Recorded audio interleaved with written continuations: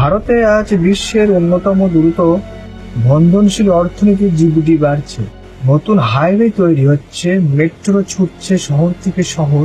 কিন্তু এখনো প্রশ্ন এখানে লক্ষ লক্ষ তরুণের মাথায় চাকরি কোথায়? কেন কিছু রাজ্যের যুবকদের বেকারত্ব এত বেশি? কেন ডিগ্রি থাকার পরেও অনেকে বাড়িতে বসে? আর কোন কোন রাজ্যে পরিস্থিতি সবচেয়ে খারাপ?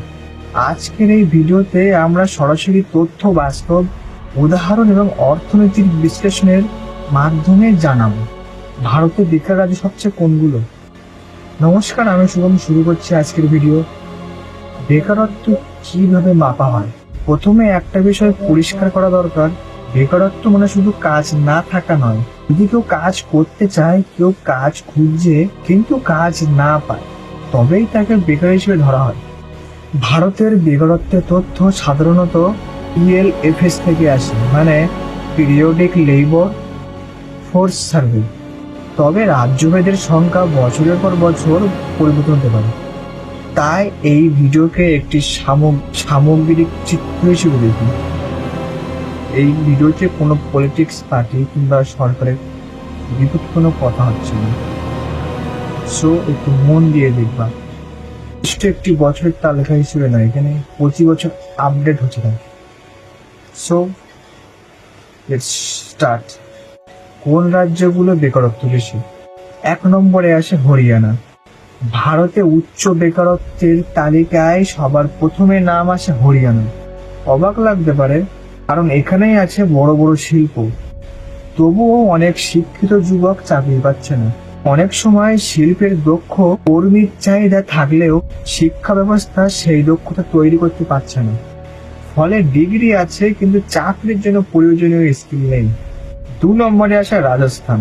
রাজস্থান সরকারি চাকরির উপর নির্ভরতা অতিরিক্ত বেশি। লক্ষ লক্ষ যুবক বছরের পর বছর সরকারি পরীক্ষার প্রস্তুতি নেয়, কিন্তু পদসংখ্যা সীমিত। ফলে বহু মানুষ সময় ধরে বেকার থেকে যান। 3 নম্বরে আছে বিহার। বিহারের গল্প তুলনামূলকভাবে একটু আলাদা। এখানে শিল্প বলতে গেলে একটু কমই আছে, তুলনামূলকভাবে কম। ফলে স্থানীয়ভাবে পর্যাপ্ত চাকরি উৎপন্ন হয় না। এই কারণে প্রতি বছর লক্ষ লক্ষ মানুষ দিল্লি, মুম্বাই, হায়দ্রাবাদ, গুজরাট এবং দক্ষিণ ভারতে কাজের জন্য চলে যান। 4 নম্বরে আসে ঝাড়খণ্ড। খনিজ সম্পদে ভরপুর হবার পরেও ঝাড়খণ্ড কর্মসংস্থানের সমস্যাটা রয়েই গেছে।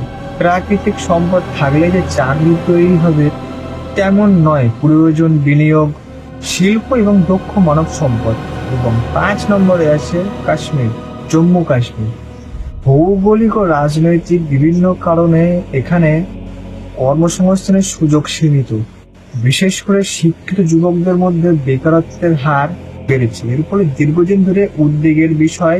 এবার একটা কথা, দক্ষিণ ভারতে কিছু রাজ্য কেন এগিয়ে? এখন একটা প্রশ্ন আছে, যদি কিছু রাজ্যের বেকারত্ব এত বেশি হয়, তাহলে কিছু রাজ্য তুলনামূলকভাবে ভালো করছে কিভাবে? উদাহরণ হিসেবে দেখা যায় কর্ণাটকা, তামিলনাড়ু, তেলেঙ্গানা। এই রাজ্যগুলোতে আইটি, ম্যানুফ্যাকচারিং, ইলেকট্রনিক্স এবং পরিষেবা খাতের ব্যাপক উন্নয়ন হয়েছে। ফলে নতুন চাকরি উৎপন্ন হওয়ার সুযোগ তৈরি হয়েছে। শুধু ডিগ্রি নয়, এখানে স্কিল ডেভেলপমেন্টের উপরেও জোর দেওয়া হয়েছে। এবার আসি আসল সমস্যাটি কোথায়।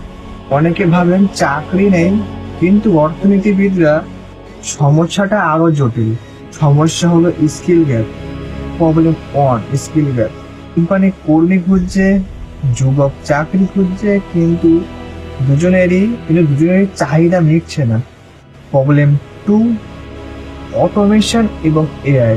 এক সাধারণ কাজ এখন সফটওয়্যার ও এআই দ্বারা করা সম্ভব।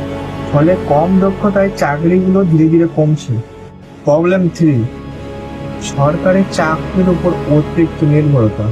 ভারতে অনেক রাজ্য এখন সরকারি চাকরিকে সবচেয়ে নিরাপদ এবং সিকিউর ক্যারিয়ার নিয়ে দেখা হয়, কিন্তু এখানে সরকারি চাকরির সংখ্যা এখানে সীমিত। সবাই সেখানে সুযোগ পায় না। প্রবলেম 4, শিল্পের অসম বন্টন। দেশের সব রাজ্যের সমানভাবে বিনিয়োগ হয় না। কিছু রাজ্যে শিল্পের যাওয়া হয়, আবার কিছু রাজ্য পিছিয়ে পড়ে। ফলে চাকরির সুযোগ অসম্ভবভাবে তৈরি হয়। এই পুরো টপিকটায় আমার মতে জাগৃতি বলে, তাহলে ভারতের সবচেয়ে বেকার রাজ্যগুলো কোনগুলো?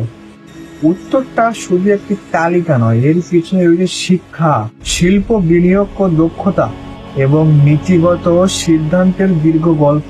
কেউ শুধু ডিগ্রি নিয়ে বসে থাকলে সমস্যার সমাধান হবে না, আবার শুধুমাত্র সরকারকেও দোষ দিলে হবে না। তোমাকেও চেষ্টা করতে হবে। কিছু অ্যাচিভ করার আগে হার্ডওয়ার্ক দরকার, হার্ডওয়ার্ক এবং স্মার্ট ওয়ার্ক।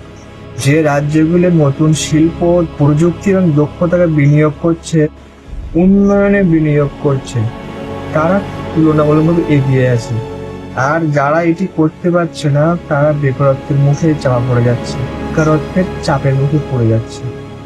প্রশ্ন হলো, ভারতের আগামী প্রজন্ম শুধু কি চাকরি করবে নাকি নাকি দক্ষতা তৈরি করবে যার নতুন চাকরি এবং সুযোগ করতে সাহায্য করবে? আপনার মত কমেন্টে জানান।